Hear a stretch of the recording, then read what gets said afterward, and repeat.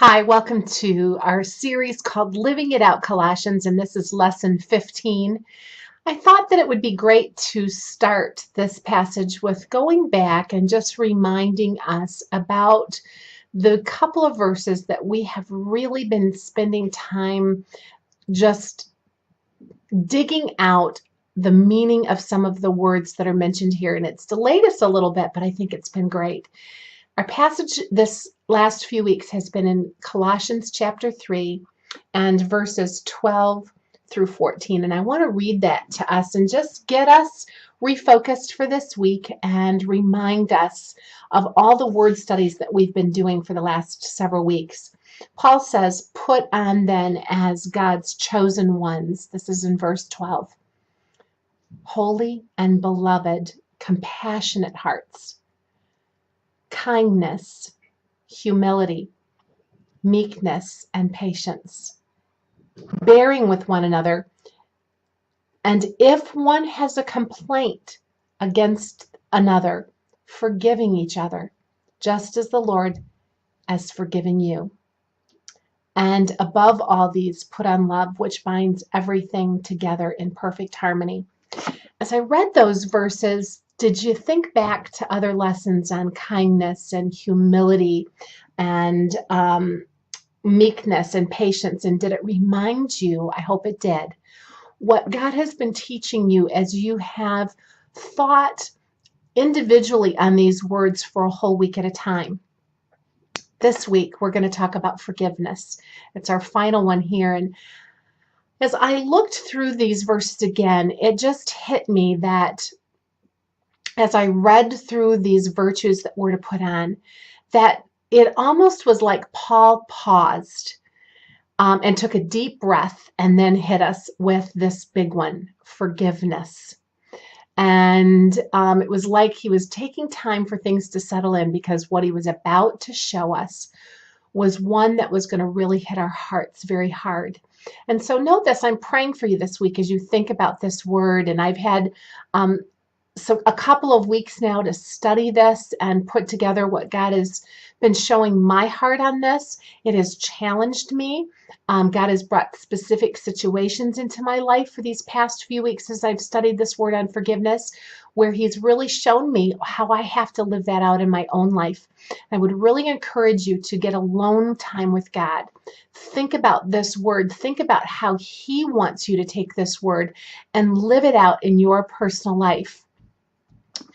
As I thought this week about what I would say in this video, I read something from a book called Hope Has Its Reasons. The author is called Rebecca Pipert, and she tells of this powerful story of forgiveness that was displayed in Corrie ten Boom's life. And I thought, what a great way to start you off this week, talking about how one woman lived out the story of being a forgiver in her life. And here's how the story goes. As you may recall, her name, Corrie ten Boom, and her family were sent to Auschwitz for the punishment of hiding Jews in their home during the Second World War. Corrie and her family were Christians, and she was invited to speak at a conference in Portland, Oregon. And at that conference, this is something that she said, and I'm going to read this to you. She said, "My name is Corrie ten Boom, and I am a murderer." There was total silence. "You see, when I was in prison camp, I saw the same guard day in and day out. He was the one who mocked and sneered at us when we were stripped naked and taken into the showers. He spat on us in contempt, and I hated him. I hated him with every fiber of my being. And Jesus says, when you hate someone, you're guilty of murder.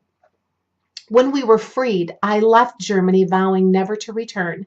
Corrie ten Boom continued, "But I was invited back there to speak. I didn't want to go, but I felt the Lord nudging me to go. Very reluctantly, I went, and my first talk was on forgiveness. Suddenly, as I was speaking, I saw to my horror the same prison guard sitting in the audience. There was no way that he could have recognized me, but I could never forget his face. Never. It was clear to me from the radiant look on his face while I spoke that he had been converted since I had last seen him. After I finished speaking, he came up and said with a beaming smile, "Ah, dear Sister Corey, isn't it wonderful how God forgives?" And he extended his hand for me to shake. All I felt as I looked at him was hate. I said to the Lord silently, "There is nothing in me that could ever love this man. I hate him for what he did to me and to my family. But you tell us that we are to love our enemies, and that's impossible for me. But nothing is impossible for you. So if you expect me to love this man, it's going to have to come from you, because all I have is hate." She went on to say that at that moment she felt nudged to do only one thing. "Put out your hand, Corey," the Lord seemed to say. And then she said, "It took all the years that I had quietly obeyed God in obscurity to do the hardest thing I have ever done in my life. I put out my hand." And then she said something remarkable happened. It was only after my simple act of obedience that I felt something almost like warm oil poured over me. And with it came the unmistakable message, "Well done, Corey. That's how my children behave." And the hate in my heart was absorbed and gone. And so one murder embraced another murderer, but in the love of Christ. I thought that that story so fit this lesson this week, and I realized that as God speaks to your heart, and I'm asking him to do that this week, that there are going to be people that you're going to be called upon to forgive. Some of those acts of forgiveness may be incredibly, deeply painful for you. And it can only be done through what is possible through the power of God living in you. And remember what we talked about at the beginning, that we talked about in the series of Colossians, that all of these things are available to us through the power that we are made alive in Christ. Because he's alive in us, we have the power to live the type of life that he wants us to live. I want you to notice that in the verse that I just read, that it says that above all, it says to put on love, which binds everything together. You see, you can't be compassionate. You can't be kind. You can't be humble. You can't put on these virtues that Paul is talking about in these verses that we've been studying for several weeks now. You can't put these on unless you have a heart of love for the people that you must show these things to. Love is what binds them all together and shows the power of Christ living in you. And I loved how she said, "God, I don't like this man. I hate this man, and it's going to be your love. You're going to have to give me that kind of love."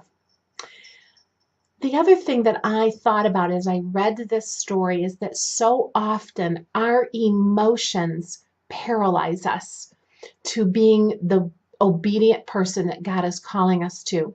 And when we want to live in those emotions thinking, "I don't feel like that, I don't think like that, I don't care about that," and you want, when God's nudging your heart, but you want to be drawn to those emotions, the best thing to tell you is that just like Corey, when she extended her hand, when she stepped forward in spite of her emotions to live in obedience to Christ, her emotions followed in exactly how God wanted them to be.